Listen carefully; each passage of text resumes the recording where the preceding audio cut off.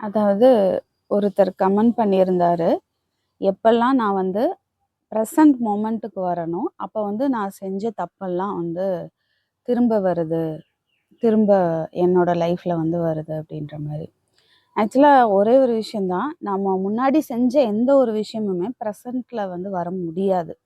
அது வந்து பாஸ்ட் தான். நடந்து முடிஞ்ச எல்லாமே பாஸ்ட் தான். அப்போ அத பத்தி நம்ம ப்ரெசன்ட்ல இருக்கும்போது அது வருது அப்படின்னாலே, நம்ம பாஸ்ட்ட பத்தி திங்க் பண்றோம். ஏற்கனவே நடந்த ஒரு விஷயத்த பத்தி நெனச்சு பார்த்து கவலைப்படுறோம் அப்படிங்கிறது தான் அர்த்தம். ப்ரெசன்ட் மொமெண்ட்டுங்கிறத முதல்ல நம்ம புரிஞ்சுக்கணும். இந்த ப்ரெசன்ட் மொமெண்ட்ல நாம இருந்தோம் அப்படின்னா, பாஸ்ட்ட பத்தின எந்த விஷயமும் நம்ம நினைவுக்கு வராது. ஃப்யூச்சர பத்தின எந்த கனவுகளோ, இல்ல கற்பனைகளோ, எதிர்பார்ப்புகளோவும் அங்க வரவே வராது. இந்த மொமெண்ட் நம்ம கண்ணு முன்னாடி என்ன இருக்கோ, அந்த விஷயத்த நம்மளால முழுசா உள்வாங்கி வாழ முடியும். அதுதான் ப்ரெசன்ட் மொமெண்ட். இப்ப நீங்க வந்து ஒரு டூர் போறீங்க அப்படின்னா, எத்தன பேரால அந்த டூர்ல அந்த அந்த இயற்கையவும், அந்த ஒரு ரிலாக்சேஷனையும் முழுசா அனுபவிக்க முடியுது? அங்க போயும் நம்ம வந்து நாளைக்கு செய்ய வேண்டிய வேலைகள நெனச்சு கவலைப்பட்டுட்டு இருப்போம். இல்லையா? அப்போ பிரசன்ட் மொமெண்ட்ல நம்ம இருக்கிறதே கிடையாது. அப்போ பிரசன்ட் மொமெண்ட்ல இருந்தா மைண்ட் அங்க வேலையே செய்யாது.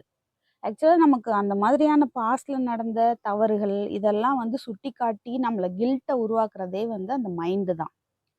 அப்போ நம்ம பிரசன்ட்ல இருந்தா அந்த மைண்டால அங்க வேலையே செய்ய முடியாது. ஏன்னா நம்மளோட பாஸ்ட்டும் சரி, ஃபியூச்சர பத்தின அந்த கற்பனைகள், கனவுகளும் வந்து மைண்டுல தான் பதிவாயிருக்கு. மைண்டுல தான் அது வேலை செய்ய முடியும்.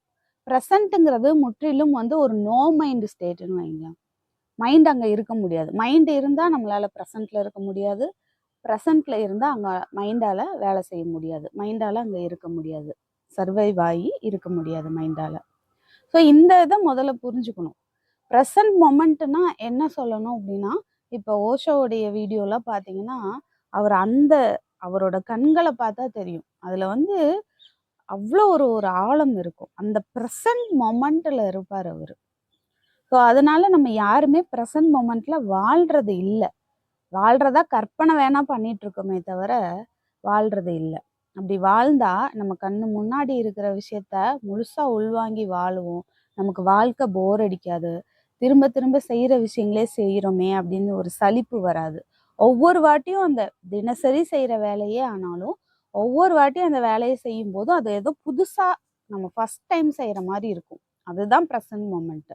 அதனால ப்ரெசன்ட் மொமெண்ட்னா மனதிற்கு அப்பாற்பட்ட ஒரு விஷயம். அதனால அதே போல பாஸ்ட நினைச்சு நம்ம வந்து கில்ட் ஆக வேண்டிய தேவையில்ல. ஓஷோ சொல்றதுலயே ஒரு முக்கியமான விஷயம் என்னன்னா, எதுக்குமே குற்ற உணர்ச்சி ஆகாத.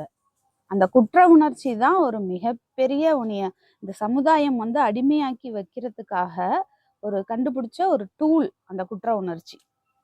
அதனால என்னதான் பண்ணுனாலும் குற்ற உணர்ச்சி மட்டும் கொள்ளாத. அது உன்னையே முழுங்கிடும், மூழ்கடிச்சிடும் அப்படின்னு சொல்றாரு ஓஷோ.